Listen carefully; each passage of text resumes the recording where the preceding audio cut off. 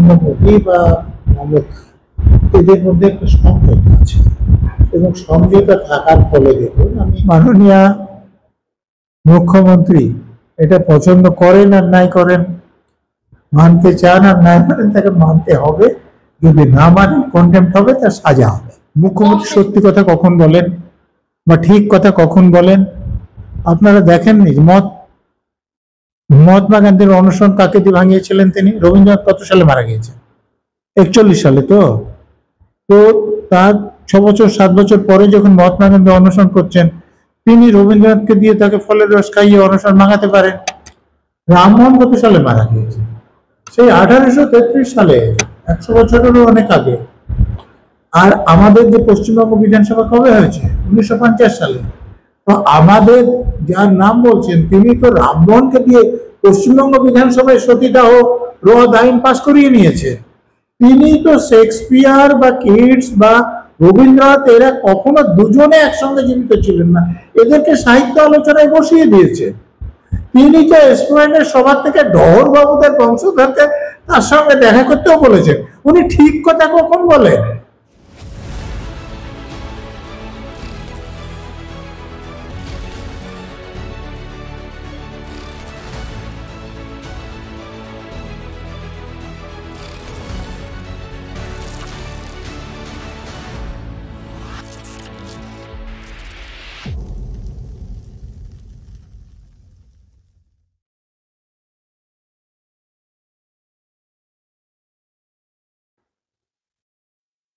দেখুন, আমাদের সেনাবাহিনী যে কাজ করেন, তাদেরকে এই দলীয় রাজনীতির সঙ্গে না জড়ালে দেশের উপকার। তো সেটা কেন্দ্রীয় শাসক দল হোক, রাজ্যের শাসক দল হোক, তারা যেভাবে সেনাবাহিনীর যে কার্যদক্ষতা সেটাকে তাদের রাজনীতিতে ব্যবহার করছেন, এটা নিয়ে বাক বিতণ্ডা করছেন, এটা আমাদের দেশের পক্ষে ভালো নয়, আমাদের দেশের গণতন্ত্রের পক্ষেও ভালো নয়। আমি একটা প্রশ্ন করব, মুখ্যমন্ত্রী একদম সরাসরি আজ বলেছেন যে মুর্শিদাবাদ মালদহের ঘটনার পেছনে রয়েছে বিজেপি, তথ্য প্রমাণ দিয়ে দেবো। এত বছরে কি দিয়েছেন, কি বলবেন? না, তো যে হাইকোর্টের যে কমিটি লোকেরা গিয়েছিলেন, তো সেখানে তিনি তথ্য প্রমাণ দিলেন না কেন? সে কমিটি কেন তার লোকেরাই দাঙ্গা করিয়েছেন এটা বললেন? কমিটি কেন এটা বললেন যে পুলিশকে বারবার খবর দিয়েও পুলিশ ফোনও তোলেনি, আসেও নি? কেন বললেন? তাদেরকে তথ্য প্রমাণ দিতে কি তার আপত্তি ছিল? তিনি তথ্য প্রমাণ যদি পারেন তো দিন, আমরাও দেখতে চাই যে ওখানে বিজেপি দাঙ্গাটা করিয়েছে। যিনি বলছেন তিনি দাঙ্গাটা করাননি। আমরা তো যতটুকু বুঝেছি যে দাঙ্গাটা তিনি তার দলের সমর্থক দিয়ে করিয়েছেন এবং পুলিশকে নিষ্ক্রিয় রেখেছেন। তিনি তথ্য প্রমাণ দিন না, প্রকাশ করুন, তাহলে আমরা যাতে বুঝতে পারি যে দাঙ্গাটা তিনি করাননি, অন্য কেউ করিয়েছেন। মুখ্যমন্ত্রী মিথ্যে কথা বলছেন, সরকার কি বলবেন? মুখ্যমন্ত্রী সত্যি কথা কখন বলেন বা ঠিক কথা কখন বলেন আপনারা দেখেননি? মহাত্মা গান্ধীর অনশন কাকে দিয়ে ভাঙিয়েছিলেন তিনি? রবীন্দ্রনাথ কত সালে মারা গিয়েছেন? 41 সালে। তো তার 6 বছর 7 বছর পরে যখন মহাত্মা গান্ধী অনশন করছেন, তিনি রবীন্দ্রনাথকে দিয়ে তাকে ফলের রস খাইয়ে অনশন ভাঙাতে পারেন। রামমোহন কত সালে মারা গিয়েছে? সেই 1833 সালে, 100 বছরেরও অনেক আগে। আর আমাদের যে পশ্চিমবঙ্গ বিধানসভা কবে হয়েছে? 1950 সালে। তো আমাদের যার নাম বলছেন, তিনি তো রামমোহনকে দিয়ে পশ্চিমবঙ্গ বিধানসভায় সতীদাহ রদ আইন পাশ করিয়ে নিয়েছে। তিনি তো শেক্সপিয়ার বা কিটস বা রবীন্দ্রনাথ এরা কখনো দুজনে একসঙ্গে জীবিত ছিলেন না, এদেরকে সাহিত্য আলোচনায় বসিয়ে দিয়েছে। তিনি তো এসপ্ল্যানেড সভা থেকে ডহর বাবুদের বংশধরকে তার সঙ্গে দেখা করতেও বলেছেন। উনি ঠিক কথা কখন বলেন? নরেন্দ্র মোদী বা মমতা এদের মধ্যে একটা সমঝোতা আছে, এবং সমঝোতা থাকার ফলে দেখুন, আমি উদাহরণ দিচ্ছি। মিটিংয়ে মমতা ব্যানার্জি নরেন্দ্র মোদী যখন প্রাইম মিনিস্টার ক্যান্ডিডেট, তখন কি বলছে যে মুখে কুড়ি হবে, পোকা পড়বে এবং কোমরে দড়ি দিয়ে ঘোরাবো, বলেছেন কিনা? বলেছেন তো। আবার মোদিও এখানে মিটিং করতে এসে দিদি ও দিদি করে বেঞ্চে বেঞ্চে মমতাকে অনেক কথা বলেছেন, শুনেছেন আপনারা। কিন্তু নরেন্দ্র মোদীর স্ত্রী যখন ওয়েস্ট বেঙ্গলে আসলেন তখন মমতা ব্যানার্জি কি করলেন? এই উপহার নিয়ে দৌড়লেন এয়ারপোর্টে। আচ্ছা বলুন, এই দুটো ঘটনার মধ্যে কোনো সামঞ্জস্য আছে? আবার এই যে খুব সম্প্রতি আপনারা দেখলেন যে নীতি আয়োগের মিটিংয়ে উনি গেলেন না, কিন্তু যখন এই ক্রিমিনাল কেস থেকে বাঁচার দরকার হলো তখন তিনি হলুদ গোলাপ ফুল, বাংলার মিষ্টি উত্তর নিয়ে মোদির বাড়িতে চলে গেলেন, গিয়ে সেখানে একান্তে মিটিং করলেন। তো এই যে মমতা ব্যানার্জি একদিকে মোদিকে যে গালাগাল করছে, অন্যদিকে তার স্ত্রীর জন্য উপহার নিয়ে ছুটছেন এবং নিজে উপহার নিয়ে মোদির বাড়িতে চলে যাচ্ছেন, এই দুটোকে আপনি মেলাতে পারবেন?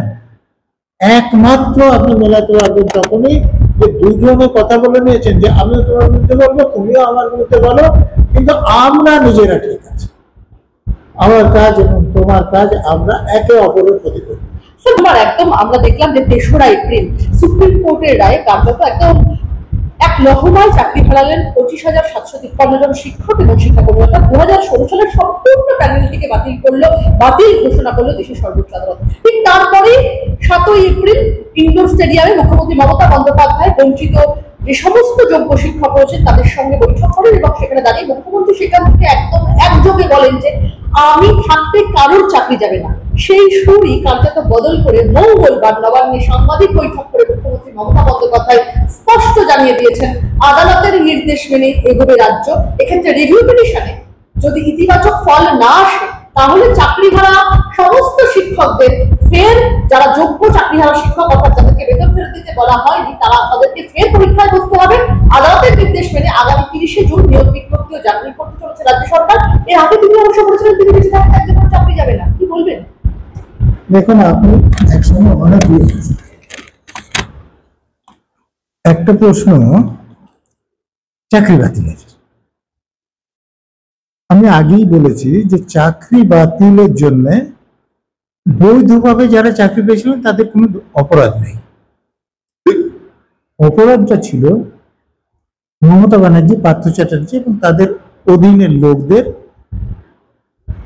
ঘুষ আদায় করে অবৈধভাবে চাকরি দেওয়া। যদি এটা না করা হতো তাহলে হাইকোর্টে মামলাই হতো না।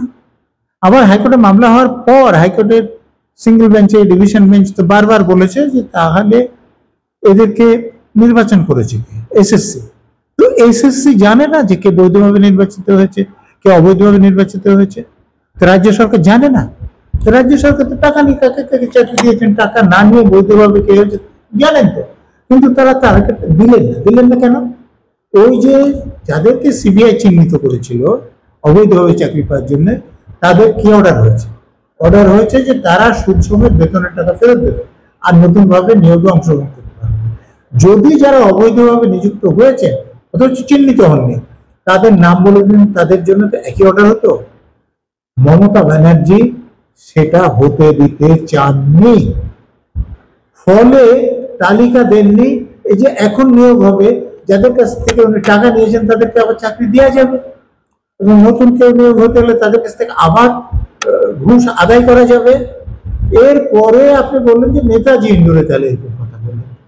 খুব সহজ, যে যারা টাকা দিয়েছেন তিনি যদি বলেন যে না তাদের চাকরি আর কোনো অবস্থায় যদি থাকবে না, তাহলে তখন তারা তো যে কুন্তল ঘোষ বলেছিলেন, আপনার মনে আছে, যে আমি তো 10% রাখতাম, বাকি 90% উপরের লোকদের কাছে পাঠিয়ে দিতাম।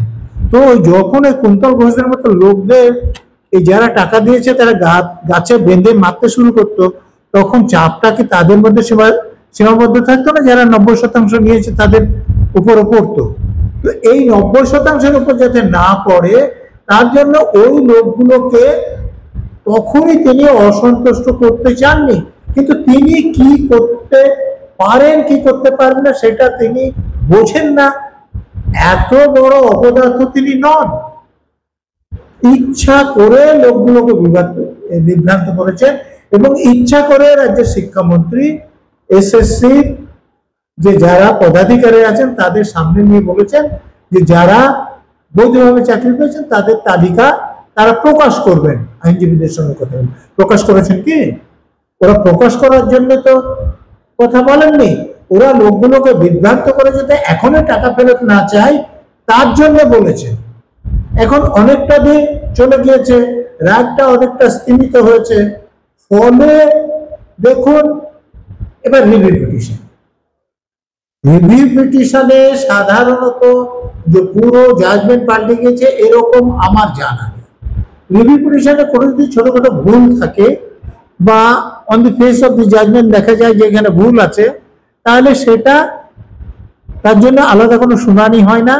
যারা এই জাজমেন্টটা দিয়েছেন তারা চেম্বারে গিয়ে অর্ডারটা দেখে কিছু ছোটখাটো পরিবর্তন হলে সেগুলো করে। সেইটাতে যদি জোর দিতেন রাজ্য সরকার, তাহলে MA ফাইল না করে রিভিউ পিটিশন ফাইল করে দিতেন, 1 মাস পরে রিভিউ পিটিশন ফাইল করতেন না। আর MAটা করে 17 তারিখের সুপ্রিম কোর্টে যে অর্ডার হয়েছে সেটা উভয় পক্ষের সম্মতিতে হয়েছে, অর্থাৎ রাজ্য সরকার, SSC এরা মেনে নিয়েছে সুপ্রিম কোর্টের 3 তারিখের আইনটা, এবং 31 তারিখের মধ্যে এরা নোটিফিকেশন দিবে এরকম সম্মতি দিয়ে এসেছে। এবং অর্ডারে এটা বলা আছে যে 23 তারিখের মধ্যে তারা নোটিফিকেশন না দেন তাহলে এই যে 3 এপ্রিলের পর যাদেরকে বেতন দিচ্ছেন, কাজ করাচ্ছেন, সেই বেতনের টাকা ফেরত নিতে হবে এবং 17 তারিখের অর্ডারটা বাতিল হবে। অর্থাৎ মমতা ব্যানার্জির নোটিফিকেশন না দিয়ে কোনো গত্যন্তর নাই, উনি ইচ্ছে করলেও পারবেন না। আর এই সম্মতিতে MA-তে অর্ডার নেওয়ার পর আপনি দেখবেন যে এই যে রিভিউর কথা বলা হচ্ছে, রিভিউতে কোনো কিছু সুবিধা চাকরিহারাদের হবে না। ওটা শুধু ওই ছেলের হাতে মোয়া দেখানোর মতো এদেরকে দেখানো হচ্ছে, রিভিউতে কিচ্ছু হবে না। যদি চাকরিহারারা চাকরি রাখতে চায় তাহলে তাদেরকে পরীক্ষা দিয়ে তাতে উত্তীর্ণ হবে।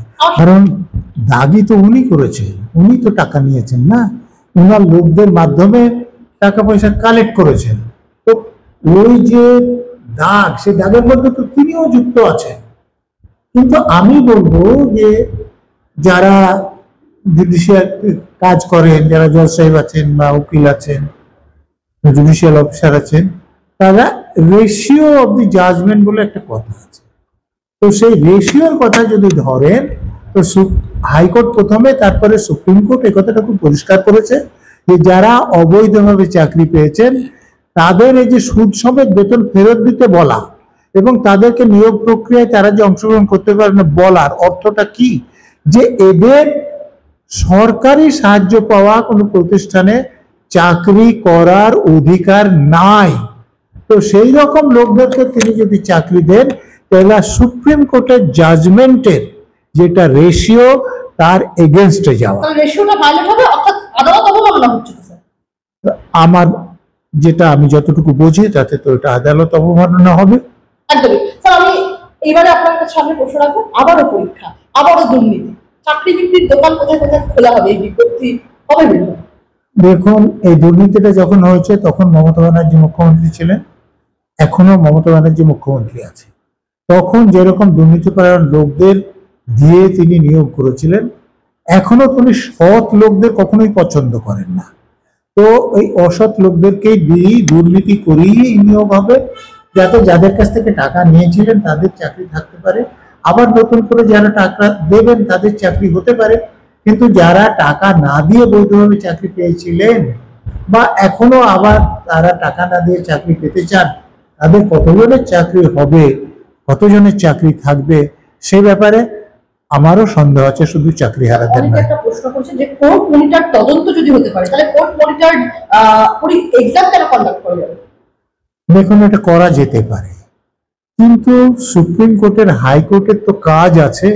এই যে কথায় কথায় মামলা হচ্ছে আর এই মামলাতে অন্য সাধারণ মামলাগুলো কোর্ট শুনতেই পাচ্ছে না, এটা কিন্তু হওয়া উচিত না। এক্সিকিউটিভের যেটা কাজ করা উচিত ছিল সেটা একটা বিরল ঘটনায় কোর্টে গেল সেটা হয়, কিন্তু কথায় কথায় যে বারবার কোর্টে যাচ্ছে এইটাতে তাহলে তো জুডিশিয়ারি ফাংশনই করতে পারবে না, মানে যাকে বলে চোখট হয়ে যাবে। তাদের যে সাধারণ স্বাভাবিক যেটা কাজ সেটা তারা করার সময় পাবেন না। স্যার, 25 কোর্টের নির্দেশে 25% হারে দিয়ে দেওয়া হোক, রাজ্য সরকার দিয়ে দিক, এরকমই সব হচ্ছে গোটা পশ্চিমবাংলা জুড়ে, কি বলবেন? এ ব্যাপারে কারো কিছু বলার নেই এবং মাননীয় মুখ্যমন্ত্রী এটা পছন্দ করেন আর নাই করেন, মানতে চান আর নাই মানেন, তাকে মানতে হবে। যদি না মানেন কন্টেম্পট হবে, তার সাজা হবে। আমার শেষ প্রশ্ন আপনার কাছে, মুখ্যমন্ত্রী মমতা বন্দ্যোপাধ্যায় প্রধানমন্ত্রী নরেন্দ্র মোদীর উদ্দেশ্যে বলছেন, আগে ছিলেন চাওয়ালা, পরে হলেন পাহারাদার, এখন সিঁদুর বেচতে নেমেছেন, বলবেন? আচ্ছা, ওই যে বলে না যে ঝাঝর চালুনি এদের কম্পাউন্ড দেয়, যে তোর কত বড় ফুটো, তো মমতা ব্যানার্জি কি ছিল? তো সেটা যদি একবার ভেবে দেখেন, তাহলে অন্যের ব্যাপারে এরকম কথা বলতে তার বাধবে, বলতে পারবেন। স্যার অনেক ধন্যবাদ আপনাকে আমাদের সঙ্গে থাকার জন্য।